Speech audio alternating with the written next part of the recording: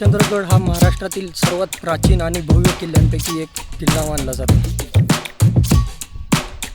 हरिश्चंद्रगडाचा इतिहास फार जुना.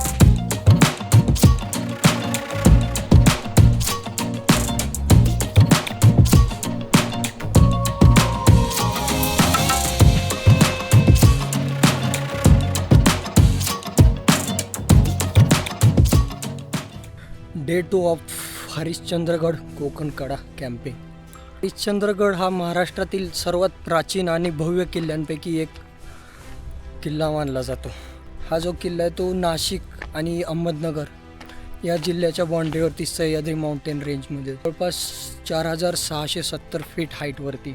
इतिहासकारांच्या मते किल्ल्यावरची जी प्राचीन मंदिर आहे ते 6व्या ते 7व्या शतकातली आहेत. जर ते मंदिरं पाहिले तर असं इझिली वाटू शकते 1000 वर्ष जुने आहेत. आणि अजूनही काही तेथील मंदिरं असे एका जागेवर स्टेबल आहेत, म्हणजे पडले नाहीत. काही थोडेफार पडलेत, पण वरचं जे महादेवाचं मेन मंदिर आहे ते अजूनही तिथं उभे आहे. काल संध्याकाळी 5 वाजता ट्रेक चालू केला, त्यानंतर वर जवळपास 8 वाजता वरती पोहोचलो. कोकणकडा कॅम्पिंगमध्ये रात्री स्टे केला. तिथून पहाटे 5 वाजता तारामती पीक इथे जाऊन सनराईज पाहिला. त्याच्यानंतर कोकणकडा एक्सप्लोर करून आता तिथून कॅम्पिंगमधून चेकआउट करून हरिश्चंद्रगडाकडे.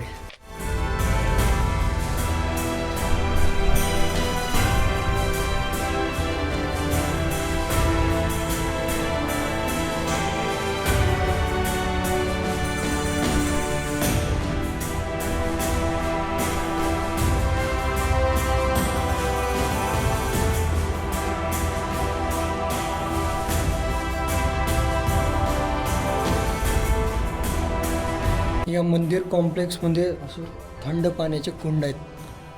एवढे त्याचं म्हणजे पाणी एवढं स्वच्छ आणि थंड आहे ना.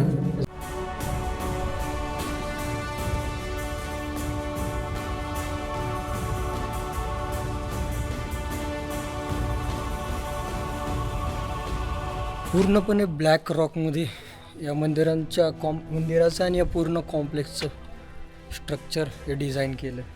आणि अजून एक खास गोष्ट असलेली आडावरची म्हणजे मंदिरासोबत पण एक अशी गुफा आहे महादेवाची. 4 पिलर्स आहेत टोटल. असं म्हणतात की ते 4 पिलर त्या युगांचे होते, म्हणजे आता ती 4 पैकी 3 तुटलेत आणि एकच बाकी आहे. तो असं म्हणतात की जेव्हा तो पिलर तुटेल तर तेव्हा कलियुगाचा अंत होईल. बऱ्याच लोकांची अशी मान्यता आहे.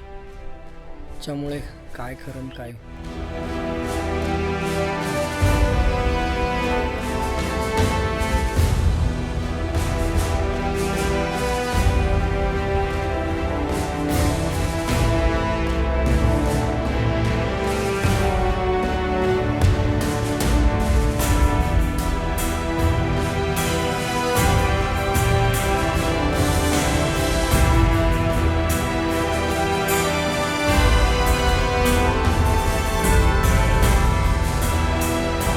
नंतर इथे सेवना यादव डायनेस्टी यांच्या इन्फ्लुएन्समध्ये तो किल्ला त्यांच्या अंडर आला.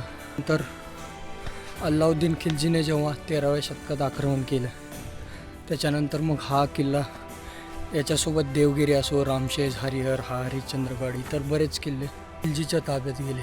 मग अल्लाउद्दीन खिल्जी नंतर हा किल्ला बहमनी सुलतान यांच्या ताब्यात गेला. तिथून अहमदनगर सुलतान, मग छत्रपती शिवाजी महाराजांनी तो जिंकून घेतला. त्यानंतर परत औरंगजेबाचा इन्फ्लुएन्स जेव्हा आला दख्खनमध्ये महाराजांच्या निधनानंतर, तेव्हा परत तो औरंगजेबाच्या अंडर गेला. मग तिथून नंतर परत मराठा साम्राज्य मजबूत झालं, त्यांच्याकडे आला. मग नंतर इंग्रज, आणि तो आता पूर्णपणे स्वतंत्र झाला.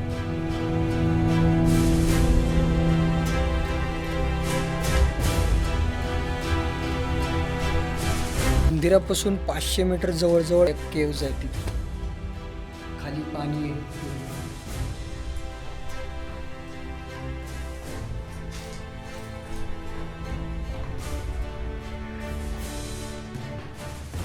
केव्जच्या मध्ये मूर्त्या वगैरे काय नाही, फार तर विश्राम करण्यासाठीच या केव्ज बांधल्या असतील मे बी.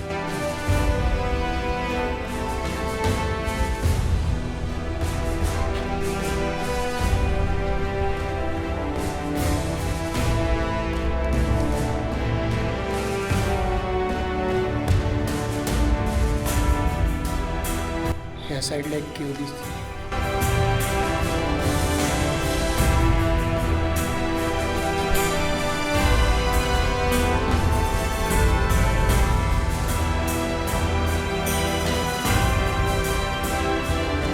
आणि ही सर्वात मोठी केव आहे.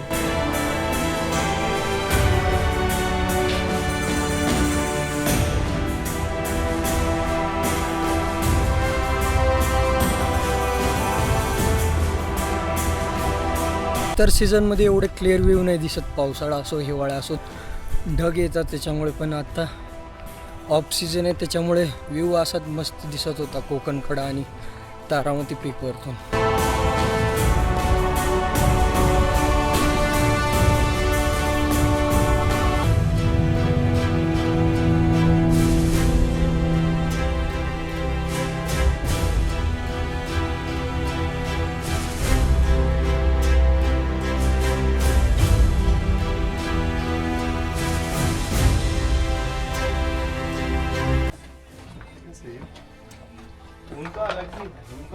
आणि काल संध्याकाळी 5 वाजता सुरू केलेला हरिश्चंद्रगड, कोकणकडा आणि तारामती पीकचा प्रवास जवळपास दुसऱ्या दिवशीच्या आता 2 वाजता आहे. अजून बहुतेक अर्धा तास लागेल बेस विलेज 5 पोहोचण्यासाठी. अशा हा अद्भुत कोकणकडा, शिल्पकला असलेली एवढी प्राचीन 1000 वर्षांपूर्वीची मंदिरे, अविस्मरणीय प्रवास फायनली संपतोय.